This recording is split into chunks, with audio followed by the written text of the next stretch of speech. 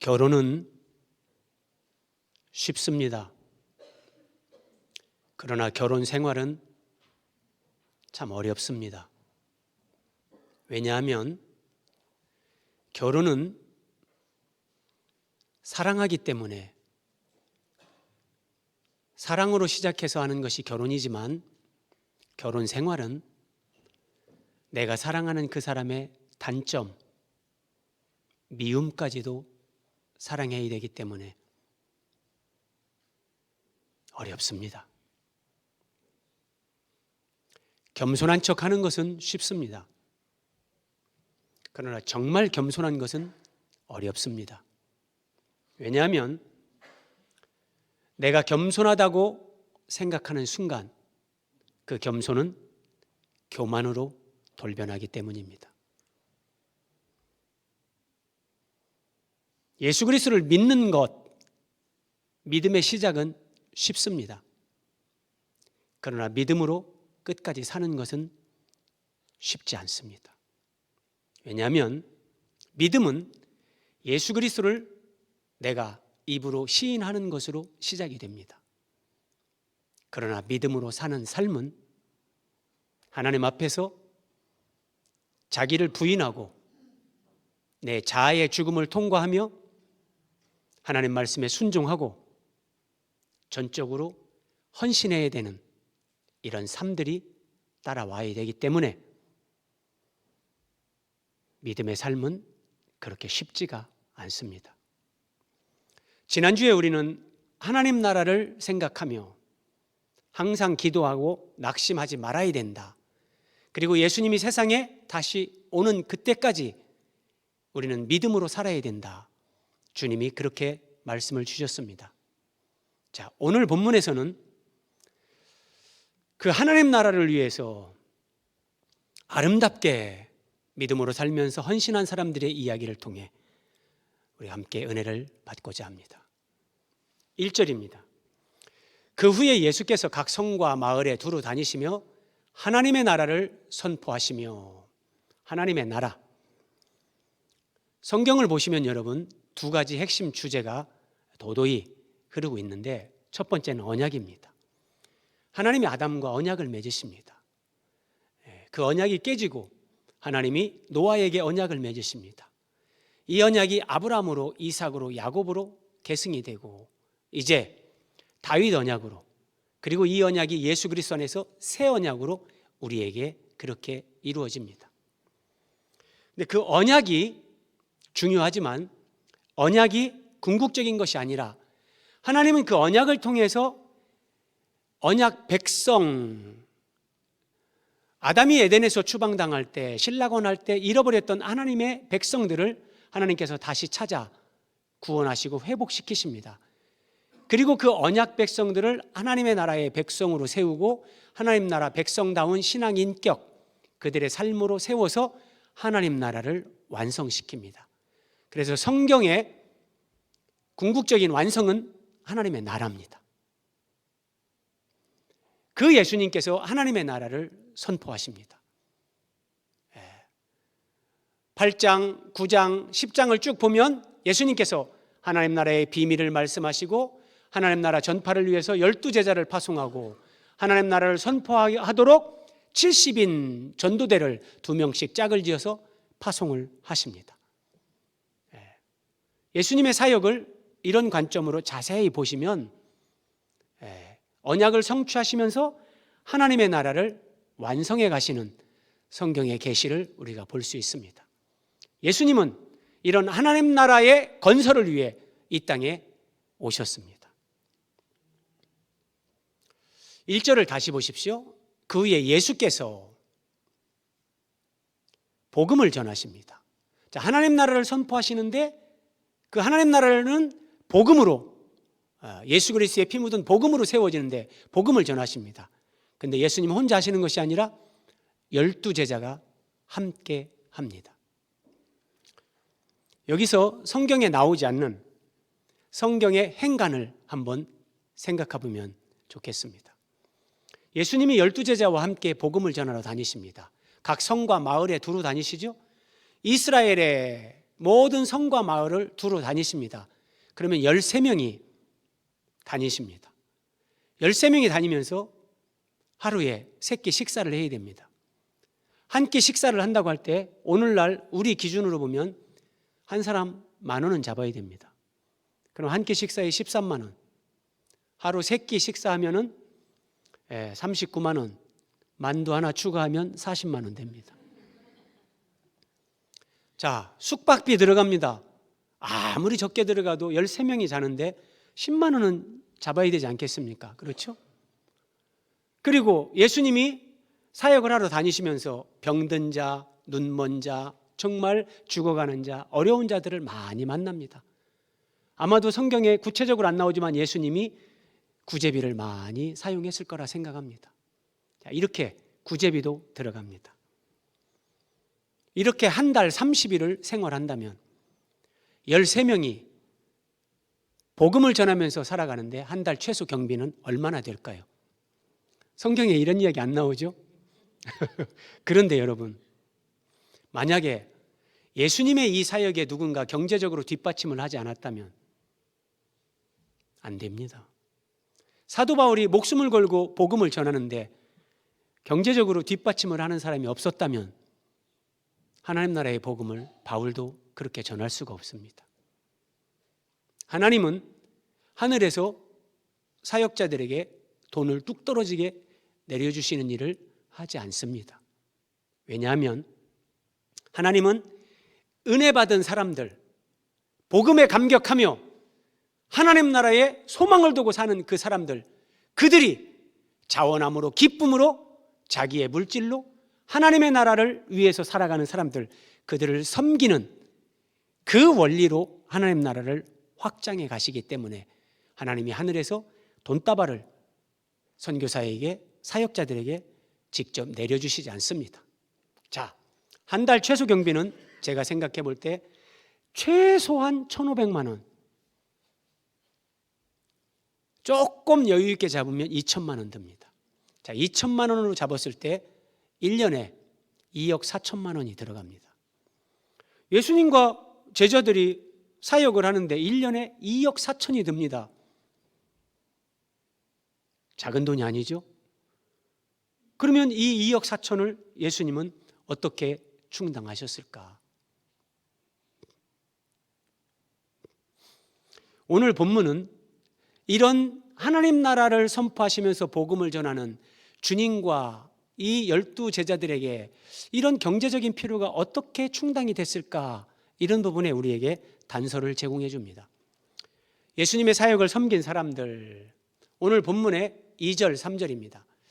또한 악귀를 쫓아내심과 병고침을 받은, 성경에서 여러분 이렇게 귀신을 쫓아내는 거 한자로 축사 사역이라고 해요. 여기서 축사는 이게 쫓을 축, 사악할 사. 그래서 이 사악한 귀신, 이런 악한 것들을 쫓아낸다. 귀신 쫓아내는 걸 그래서 축사 사역 그렇게 얘기하는데, 이게 하나님 나라를 선포하는 것과 아주 밀접한 연관이 있습니다. 여러분, 아담이 범죄한 이후에 이 세상은 합법적으로 마귀가 아담을 이제 지배하기 때문에 아담에게 하나님이 다스리라고 주신 이 세상은 이제 사탄의 소유가 된 겁니다. 사탄이 세상에 왕노릇을 합니다. 사탄이 세상에 왕노릇을 하면서 사람들은 마귀에게 지배를 받는데 예수님이 오셔서 하나님 나라를 선포하시고 복음을 전하시면서 그들을 구원해내는 거예요. 여기에서 복음이 선포될 때 영적 전투가 일어납니다. 하나님 나라, 복음 선포, 이런 것은 여러분 그냥 이론이 아닙니다. 영적 전투입니다. 영적 전투. 축사, 병고침은 예수님께서 이렇게 하나님 나라를 대적하는 사탄의 세력을 분쇄하는 것을 사람들이 시각적으로 볼 수 있게끔 보여주는 겁니다. 와, 진짜 이런 귀신의 세력이 있구나. 예수 그리스도의 이름으로 정말 이 귀신들이 벌벌 떨면서 쫓겨가는구나. 아, 하나님의 나라가 있고 정말 사탄의 나라가 있구나, 이런 것들을 보여주는데, 악귀를 쫓아내심을 받은 사람, 병고침을 받은 사람, 이렇게 구원의 은혜를 직접적으로 체험한 사람들이 있었습니다. 예수께서 성과 마을에 두루 다니시며 하나님 나라를 선포하시며 복음을 전하실세 12제자가 함께 하였고, 그리고 또 보십시오, 여러 여자가 함께 했습니다. 이 여러 여자는 누구냐? 7 귀신이 나간, 그 악귀를 내쫓아준 7 귀신이 나간 막달라 마리아, 그리고 병고침을 받은 헤롯의 청지기의 구사의 아내 요한나, 그리고 또 수산나, 그리고 성경에 이름도 기록되지 않은 무명의 여인들, 이들이 귀신이 나가고 병고침을 받고 예수 그리스도를 통해서 진리를 깨닫고, 정말 하나님이 살아계시구나, 하나님의 나라가 실제 하는구나, 이런 것들을 깨닫고 하나님 나라 복음에 감격하는 사람들, 이들이 함께 했습니다. 그리고 특별히 이 여러 여자들이, 잘 보십시오, 자기들의 소유로 그들을 섬기더라. 그들은 예수님과 12제자를 가리킵니다. 예수님과 12제자가 자비량으로 일을 하면서 사역비를 마련해서 복음을 전해야 된다면 예수님의 공생의 기간 3년 반, 아마 그것은 훨씬 더 길어져야 되겠죠. 그래서 성경에 직접적으로 언급되지 않지만 예수님과 사도들이 하나님 나라 복음을 전할 때에도 이렇게 팀 사역으로 12사도와 여러 여자들이 함께 동역하면서, 특별히 귀신을 내어 쫓고 자유를 경험한 막달라 마리아, 병고침을 받고 하나님 나라의 은혜와 능력을 경험한 요한나와 수산나, 그리고 예수 그리스도를 통해서 진리를 깨닫고 구원의 복음에 감격했던 많은 여인들, 이름이 기록되지도 않지만 그 여러 여인들이 자기들의 소유로, 자신들의 재물로 주님과 12제자를 섬겼습니다. 하나님의 나라는 이렇게 이루어지고 확장되어져 갑니다. 하나님 나라의 가족들, 자, 예수님이 이제 1절에서 3절 이렇게 말씀이 되고, 예수님은 이제 4절부터 18절까지 두 가지 비유를 말씀하시는데, 첫 번째는 씨 뿌리는 비유를 말씀하십니다. 씨, 하나님 나라의 복음을 전하는 거예요. 근데 이 복음을 전하는데 더러는 길가에 뿌려졌는데 새들이 먹었다. 그 새가 곧 마귀다. 예수님이 설명을 해주면서, 어쨌든 뿌려진 이 복음은 30배, 60배, 100배 결실을 한다. 하나님 나라는 반드시 그렇게 확장된다는 거예요. 등불 비유, 등불을 켰는데 이 빛이 감출 수가 없다. 하나님은 빛이시고 예수 그리스도는 세상의 빛이시고, 예수 그리스도를 믿고 구원받은 하나님의 자녀들은 이제 세상의 빛인데, 너희들은 하나님 나라의 영광스러움을, 그 빛을 나타내야 된다. 하나님 나라의 확장을 주님이 두 가지 비유를 통해서 말씀을 하십니다. 앞에서 언급드린 것처럼 이렇게 하나님 나라가 확장되어져 가는데 마귀의 직접적인 방해가 있습니다. 여러분, 마귀의 방해를 우리가 교회 와서 제일 처음 경험하는 것은 예배 시간에 찬송까지 막 힘차게 막 기쁨으로 부릅니다. 근데 설교가 시작되면 그냥 좁니다. 왜 이러지? 설교 시간에 내가 왜 이러지? 처음에는 본인은 모릅니다. 그게 영적인 거라는 걸. 은혜 충만하지 않으면 설교 시간 되면 잡념이 떠오릅니다. 첫 번째. 나중에는 잡념 가운데 이제 졸음이 옵니다. 그런데 신기한 건 설교가 끝나면 개운하게 정신이 돌아온다는 겁니다. 이게 실제 영적 전투입니다. 이것이 우상을 심하게 섬기는 사람들, 몇 대째 그런 무속신앙 집안의 자녀들, 이런 사람들이 예수님을 믿으려고 할 때는요, 목숨을 걸지 않고는 예수 못 믿습니다. 그런 영적 전투가 실제 있다니까요. 자, 이런 상황에서 그 사역자들에게는 경제적 지원이 가장 기초적인 거고 필수적인 겁니다. 영적 전투 가운데 하나님 나라의 복음이 전해지는데 누군가는 헌신하고 충성해야 됩니다. 저 여인들처럼 7 귀신이 내쫓아지고 자유와 해방을 경험했습니다. 병고침을 받았습니다. 여러분, 그래도 내 재산이 주님 앞에 아까울까요? 아닙니다.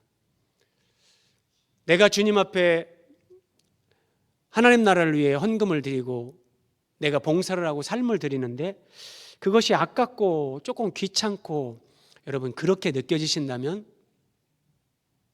아직 하나님 나라와 예수님을 내가 바르고 깊이 있게 잘 모르는 겁니다. 하나님이 내 목숨, 내 인생, 내 삶의 모든 시간, 배우자, 자녀들 그 모든 것의 주인이시고 나에게 그걸 잠시 허락하시고 맡기셨을 뿐입니다. 그리고 거기에 우리는 충실한 청지기의 삶을 살다가 하나님 앞에 돌아가는 겁니다. 이걸 모를 때 이 재물이 내 것이고 내 자녀가 내 소유고 내 목숨이 내 인생이 내 거라고 생각을 하는데 아직도 하나님과 그 나라와 예수님을 바르고 깊이 있게 모른다는 겁니다. 그러면 내 시간 드리는 거, 내가 애써서 봉사하는 거, 내 물질을 드리는 거 이것이 한편으로 고민이 되기도 하는 겁니다. 믿음 생활한 지 얼마 안 되는 분들 같으면 충분히 이해됩니다. 그런데 주님을 알아가면 여러분 내가 만약에 7 귀신 들렸던 사람인데 그 귀신이 예수님으로 말미암아 쫓겨나고 내가 자유와 해방을 얻은 사람이라면 죽을 병에 걸렸는데 병고침을 받았습니다. 돈에 매여 살겠습니까? 아닙니다. 누군가는 복음을 위해 자기 목숨을 하나님 앞에 드려야 됩니다. 우리나라에 복음이 들어왔을 때 많은 사람들이 순교를 합니다. 대한민국에 순교자가 하나도 없었다고 생각해 보십시오. 한국교회는 이렇게 오늘날의 한국교회가 될 수 없습니다. 전라도 신안에 가면 1004개의 섬, 천사의 섬이 있는데 거기에 문준경 전도사님이 있는데 본인이 이 공산주의자들을 피해서 살 수 있었습니다. 다른 곳으로 피할 수 있었습니다. 그런데 피하지 않습니다. 내가 죽어야 된다. 내가 죽어야 성도들에게 더 유익하고 성도들을 보호하고 하나님 나라 차원에서 내가 죽어야 된다. 그분은 스스로 그렇게 결심하고 피할 수 있었지만 피하지 않고 죽습니다. 그분이 만약에 그때 피하고 살았다면 전남 신안에 가도 그분에 대한 것은 아무것도 없을 겁니다. 지금은 거기에 가면 그 문준경 여자 전도사님 그분에 대한 기념관도 있고 그분의 이야기를 들으면 정말 가슴이 뭉클해집니다. 누군가는 복음을 위해 죽어야 됩니다. 제가 엊그제 금요 철야 기도 시간에 개인 기도 시간에 기도를 하는데 하나님이 저에게 어떤 마음을 주셨어요. 제가 기도했습니다. 하나님,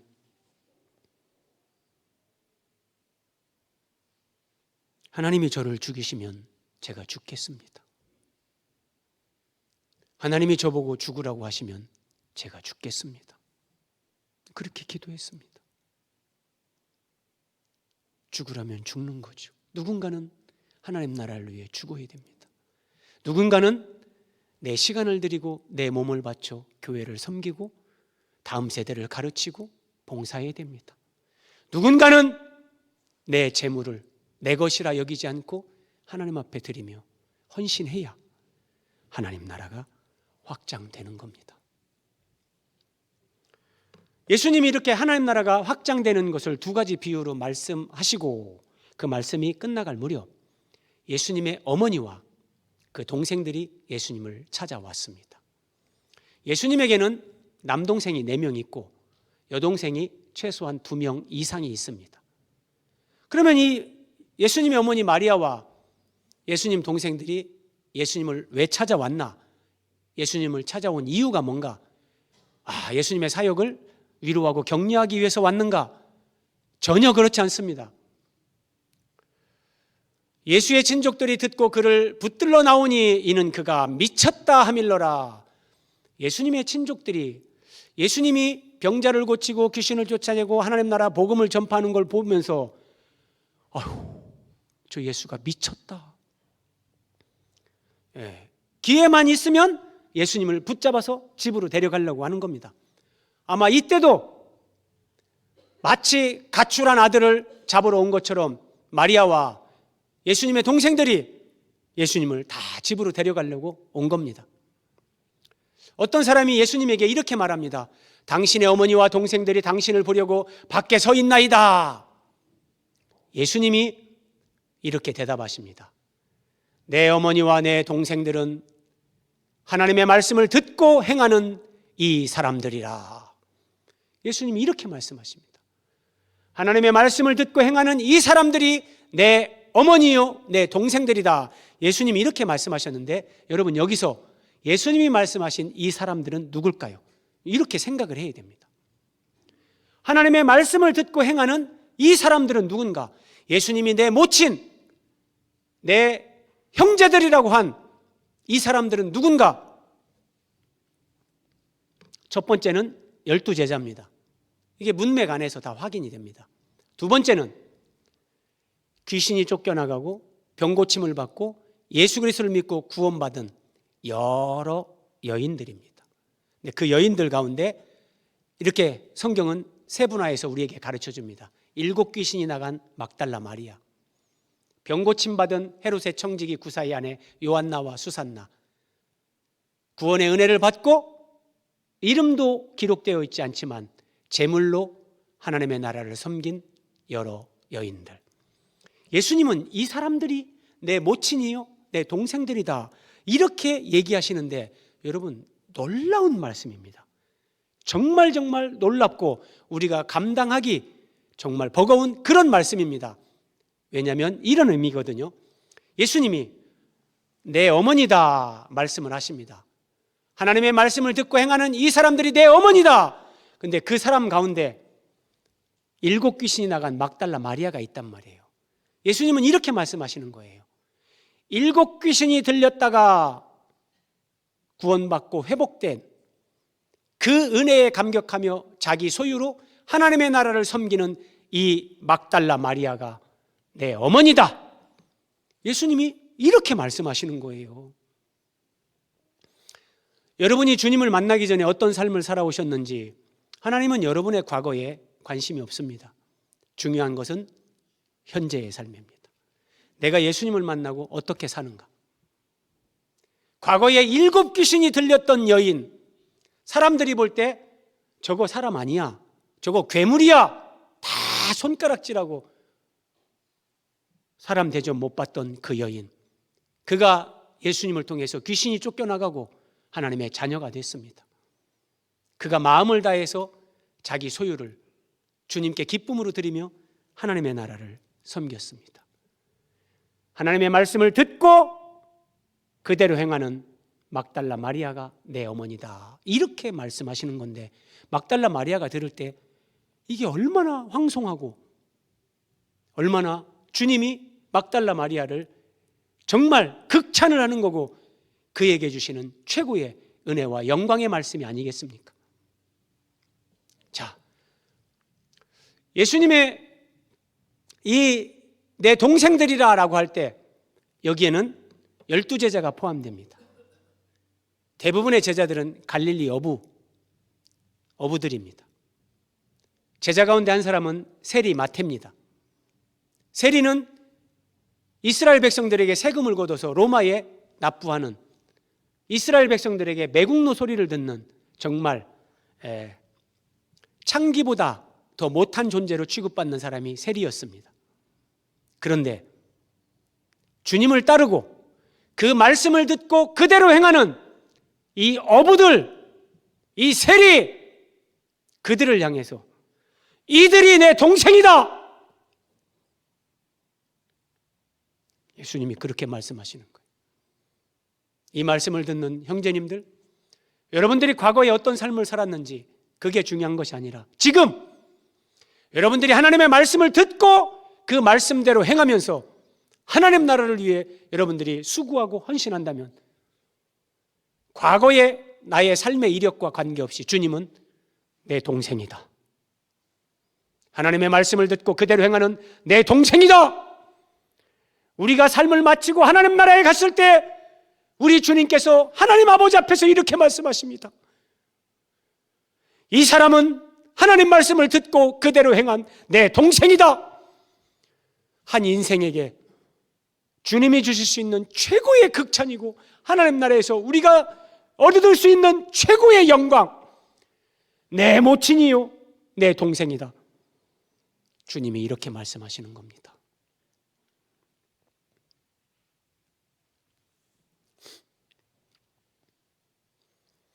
하나님 말씀을 듣고 그대로 행하는 사람들, 여러분, 우리는 복음 전파, 영혼 구원, 세계 선교 이런 부분에 너무 이제 익숙해서 별 많은 사람들이 감동을 느끼지 못할 수도 있습니다. 그러나 정말 내가 구원받은 거, 내가 7 귀신이 나간 사람이다, 내가 죽을 병에서 주님으로 말미암아 병고침을 받고 내가 살아가는 이 삶이 하나님의 은혜로 덤으로 사는 인생이다라고 할 때 여러분 어떻게 밋밋하게 그냥 살 수 있겠습니까? 한 영혼의 구원을 위해 기도하는 거고, 한 영혼의 구원을 위해 내가 찾아가고 전화하고 선물을 주고 그를 교회로 초대하고, 그리고 내가 교회를 사랑하고 교회를 섬기고 봉사하고 나아가서 이제는 이 복음이 열방으로 선포되게 하기 위해서 선교사들을 위해 기도하고 그들을 위해 선교헌금을 드리고 내가 시간을 내서 단기 선교에 참여를 하고 수고하는 선교사님들을 위로하고 격려하는, 내가 여기에 살아도 세계를 품은 그리스도인으로 선교사적인 그런 삶을 살아가는 사람이 되는 거예요. 우리가 그렇게 살아갈 때 주님은 우리를 내 가족이다, 내 모친이요 내 동생들이다, 이렇게 말씀을 하십니다. 마태복음 10장 42절에서 주님은 이렇게 말씀하셨습니다. 누구든지 제자의 이름으로, 그러니까 어떤 사람이 복음을 전하는데 저 사람 진짜 예수님 제자네, 저 사람은 예수님 제자야, 내가 이렇게 생각하면서 그 사람이 예수님의 제자이기 때문에 내가 냉수 한 그릇을 대접한다면 그 사람이 그 냉수 한 그릇 대접한 것을 통해서도 결단코 상을 잃지 아니하리라. 아, 예수님의 제자구나, 예수님의 복음을 전하는 사람이구나, 하나님 나라를 전파하기 위해서 정말 주님을 사랑하며 주님 말씀을 받드는 사람이구나. 그러면 내가 저 사람을 조금 섬겨야 되겠다, 내가 이렇게 대접해야 되겠다, 내가 식사 한 끼 대접해야 되겠다. 그렇게 하면 그거 하나도 냉수 한 그릇도 주님이 기억하시고 상을 주신다, 이렇게 말씀하시는데, 하나님 나라를 생각하며 내가 구원받은 은혜에 감사 감격하며 자원함으로 기쁨으로 자기 소유로 평생에 그렇게 하나님 나라를 섬기며 살았다면 그들에게 하나님이 주시는 칭찬과 상은 우리가 생각하는 것보다 훨씬 클 겁니다.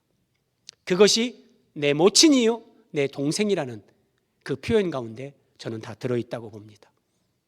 하나님 나라와 나의 사명, 예수님은 십자가를 앞에 두시고 아버지 앞에 이렇게 기도하셨습니다.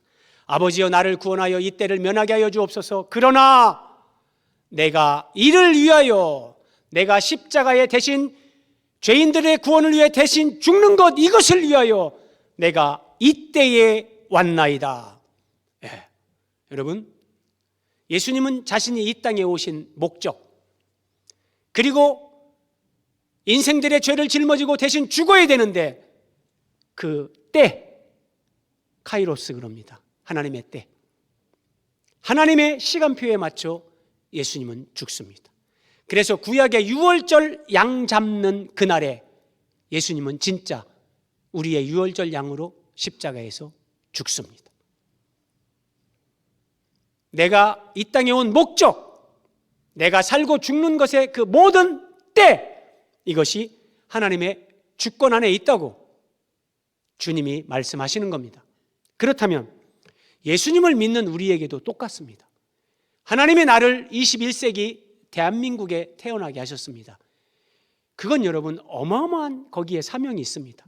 대한민국은 지금 지구촌 전체에서 유일하게 복음으로 교회가 견고하게 세워져 있는 나라, 그래서 열방 가운데 예수 그리스도의 피 묻은 복음을 전할 수 있는 나라, 이게 대한민국이고 그 대한민국 안에 한국교회가 있고 우리는 그 한국교회 안에 하나님이 믿음 생활하는 사람들로 우리를 구원하셨단 말이에요. 여기에 하나님의 뜻, 하나님의 사명이 없겠습니까? 그런데 이런 것을 생각하지 않고 살면 평생 육신의 편안함, 그것만 추구하다가 하나님 나라와 무관한 삶을 살고 인생을 마칠 수도 있다는 겁니다. 예수님이 예루살렘에 입성하실 때 제자들을 보내면서 너희는 맞은편 마을로 가라. 거기에 매인 나귀와 나귀 새끼가 함께 있는 것을 보리니 풀어서 내게로 끌고 오라. 누가 왜 우리 나귀를 풉니까? 라고 한다면 주가 쓰시겠다 하라. 예수님이 이렇게 말씀하셨고 이 말씀대로 정말 주인에게 주가 쓰시겠다 하고 나귀 새끼를 풀어왔습니다. 여러분이 나귀 새끼 한 마리 풀어오는 것도 우연이 아니라 하나님 나라, 하나님의 예언의 말씀을 성취하는 겁니다. 스가랴서 9장 9절에 보라 내 왕이 내게 임하시나니 그는 공의로우시며 구원을 베푸시며 겸손하여서 나귀를 타시나니 나귀의 작은 것 곧 나귀 새끼니라. 예수님이 예루살렘에 입성하실 때 나귀 새끼를 타시는 겸손의 왕, 이게 스가랴 9장 9절에 예언이 돼 있는데 예수님은 이 예언을 성취하시고 하나님 나라를 이루시기 위해서 나귀 새끼를 풀어서 끌고 오라 말씀하시는 거예요. 그러니까 예수님이 십자가를 지기 위해서 예루살렘으로 입성하는 그 길목에 그 정확한 그 때에 나귀 새끼 한 마리가 벳박이라는 마을 거기에 있는 겁니다. 여러분, 나귀 새끼 한 마리도 언제 태어나서 어디에 있으며 어떻게 쓰임 받을 것인지 하나님의 계획이 있고 나귀 새끼도 사명이 있단 말이에요. 그런데 예수님을 믿는 우리에게 하나님 나라와 나의 사명이 없겠습니까? 없는 것이 아니라 이런 것을 생각하지 않으면 깨닫지를 못하는 겁니다. 자, 요나가 하나님의 말씀을 듣고 불순종합니다. 니느웨로 가야 되는데 다시스로 도망갑니다. 하나님께서 결국은 요나가 바다에 던져지는데 하나님이 큰 물고기를 예비하십니다. 하나님은 예비하십니다. 자, 그리고 이제 요나가 물고기가 토해내서 니느웨에서 40일 후에 하나님께서 심판한다 회개하라 선포했는데 이 니느웨 백성들이 금식을 하면서 회개하는 겁니다. 예. 그래서 하나님이 심판을 내리지 않고 그 백성들을 다 구원받게 했어요. 근데 요나의 마음이 불편해졌습니다. 왜냐하면 이 니느웨 사람들이 북이스라엘 이쪽에 늘 침략해가지고 늘 괴롭히고 못된 짓을 많이 했거든요. 그래서 하나님의 종이었지만 마음 한편에 아이고 이참에 니느웨 잘 됐네. 뭐 니들이 회개하겠나? 그래 회개하지 말고 니들 하나님 심판으로 다 죽어삐라 막. 그래서 속으로 막 회개를 선포하라. 그런데 요나는요 큰 소리 안 했어요. 회개하라 40일 후에 하나님이 심판한다 이리 안 했습니다. 제가 볼 때 목소리까지 성경에 안 나오지만 회개하세요 40일 후에 하나님이 심판합니다. 하기 싫으면 안 해도 되고요. 이렇게 했는데 이 사람들이 금식하면서 회개를 한 거예요. 그래서 참 심판 받았으면 좋겠는데 마음이 그런데 하나님이 요나에게 이제 깨닫게 하려고 요나가 이렇게 이제 앉아 있는데 햇빛이 아주 강렬했거든요. 하나님이 박넝쿨을 예비하사 하나님이 예비하는 걸 처음에는 큰 물고기를 예비했는데 이제 박넝쿨을 예비하고 그 박넝쿨이 딱 자라가지고 요나의 머리를 가리게 해준 거예요. 그러니까 요나가 박넝쿨로 기뻐했다. 아이고 그늘지고 참 좋네. 하나님이 그 다음에 벌레를 예비하십니다. 벌레를 예비해가지고 이 벌레들이 박넝쿨을 다 갉아먹게 합니다. 박넝쿨 갉아먹어가지고 이게 박넝쿨인지 뭔지 잘 알 수도 없는데 뜨거운 동풍을 하나님이 예비하셔가지고 동풍이 샥 불어버리니까 구멍 났던 박넝쿨이 그냥 슉 다 떨어지고 없어진 거예요. 요나가 강렬한 햇빛으로 쪼임을 받으면서 하나님 앞에 아이고 하나님, 사는 것보다 죽는 게 낫겠습니다. 차라리 죽여주십시오. 이러는 겁니다. 하나님이 너는 박넝쿨 하나도 네가 소중하게 여기면서 이 니느웨의 천지를 분별하지 못하는 이 수많은 사람들, 그들이 죽어가는데 내가 그들을 구원하는데 너는 박넝쿨만큼도 이 백성들을 소중하게 여기지 않냐?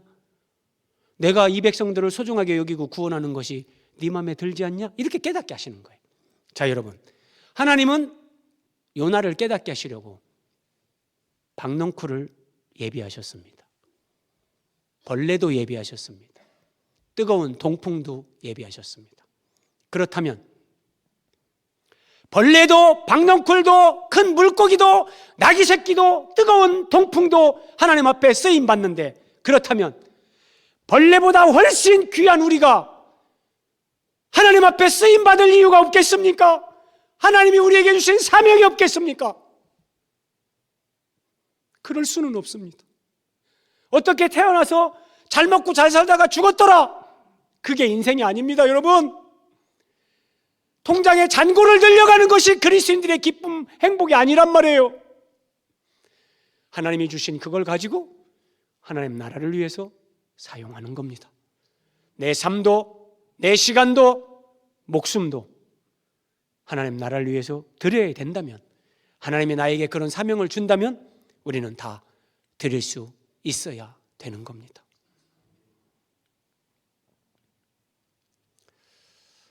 성경에 등장하는 많은 사람들이 있습니다. 아담으로부터 아벨로, 에녹으로, 노아로, 아브라함으로 시대마다 사람들이 성경에 다 등장합니다. 그런데 성경에 등장하는 사람들은 자기 시대의 사명을 완수하고 구속사의 무대를 떠났습니다.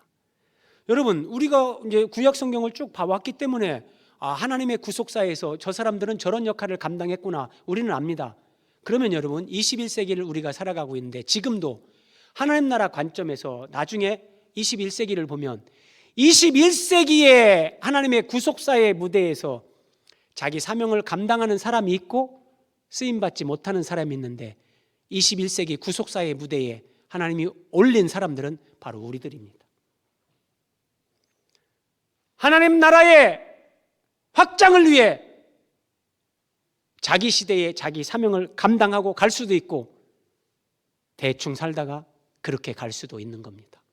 우리에게는 하나님 나라의 확장, 이 사명이 주어져 있습니다. 여러분, 제일 중요한 것은 교회입니다. 교회가 성경적인 교회, 건강하고 거룩한 교회로 세워지지 않으면 다음 세대에 가서 교회는 생명력을 잃습니다. 볼 거 없습니다. 그래서 사탄은 교회의 목회자, 장로님들, 권사님들을 중심으로 해서 언제든지 교회를 세속화시키고 교회의 거룩성을 무너뜨리고 교회와 세상이 하나가 되게 하려는 이런 계략을 꾸밉니다. 그래서 교회가 거룩한 교회, 예수 그리스도가 머리로 다스리시는 교회, 하나님의 말씀이 왕노릇하는 교회, 그런 교회가 되도록 기도하고 깨어서 보고 언제나 그렇게 섬기면서 이게 아닌 것 같으면 장로님들에게, 담임 목사에게 여러분들이 말씀하셔야 되는 겁니다.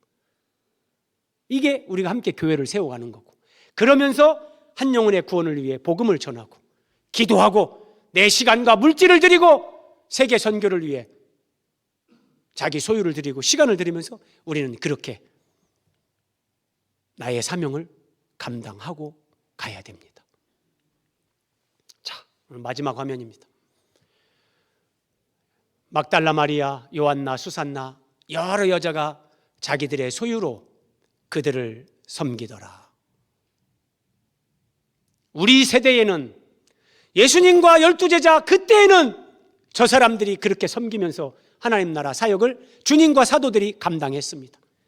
사도 바울이 복음을 전할 때 또 많은 사람들, 그의 동역자들이 그렇게 헌신을 하면서 하나님 나라 그 시대의 사역을 그들이 감당했습니다. 자, 우리 세대에 하나님 나라 확장을 위해 내가 감당해야 될 사명, 그게 무엇인가? 우리가 이 사명을 감당하고 주님 앞에 가면 주님께서 하나님 아버지 앞에서 이렇게 말씀하실 겁니다. 내 어머니와 내 동생들을 보라. 하나님의 말씀을 듣고 그 말씀대로 행하며 하나님 나라를 위해 수고하고 헌신하고 하나님 나라를 위해서 내가 말한 대로 살고 그렇게 섬긴 내 어머니요 내 동생들이다.